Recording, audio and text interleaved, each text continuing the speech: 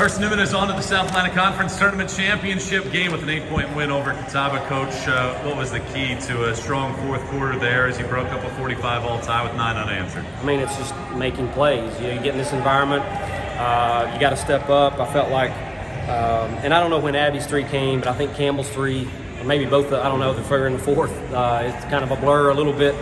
But even though we turned the ball over, I felt like that we played good defense. I remember Mac taking the charge. We were able to get some one and dones. And really, the only thing I didn't like in the fourth quarter was sometimes we threw the ball away. I think we'd have taken care of it. I'd have been a little bit happier with that fourth quarter. But 21 was our high watermark for the game in that quarter. Just scored some points, made plays. And if you're going to win games in this environment, that's what you got to do. You're able to get this win, and you talk about the contributions from Michaela and from Campbell. Well, Michaela hit a couple clutch free throws. She got a big rebound. Everybody on the team, other than 2 players, had at least 4 rebounds in this game. Abby Wilson had a clutch 3-pointer. We talked about consistency before the game. Maybe not the most consistent overall game, but when you needed it, you were your most consistent. What's that say about your group? It's a team, and we just had a talk in the locker room that we've got guys sitting on the bench in the fourth quarter. All conference players, where there are people who played a lot of minutes. Michaela came in and played great. Goforth, who's number 1, we talked about it before, she's just number 1 on the plus-minus chart. And she comes in and plays almost the whole fourth quarter. And when she came back in after being in foul trouble, we started trending up. And, she got that little layup there toward the end. That's a making play type of situation. And we're wanting to score late in the shot clock. I think that was pretty late in the shot clock when she got that. Offensive rebounds were key. Mac got a couple. Goforth got a couple, and it's just a team effort. I think everybody kind of played a part. Sid didn't get a ton of minutes, but in this particular game, we needed LT on the floor on both ends, but primarily on the offensive end for her presence down there.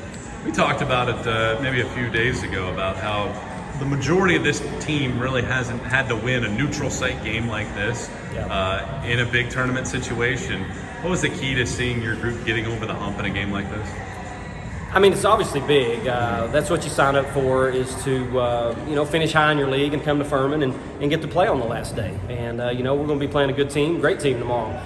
That's been playing really, really well. But the seniors that are here, of course, Bird was here for the Elite 8 run, but those seniors signed up for this, and they haven't gotten to play in a championship game until now. And they're all being contributors. Katie's hurt, but everybody else is playing, and maybe some are starting, and they're getting to be key contributors, because this is where they wanted to be when they decided to sign with us and come here. So I'm glad that it's happening for them in their senior year. And of course, we got the freshmen like Mac and Campbell that are seeing what it's like to come here, win that semifinal game, and they'll see what it's like to play in the championship game tomorrow. You mentioned that championship game. Anderson's playing its best basketball right now. They led almost wire to wire against Wingate today.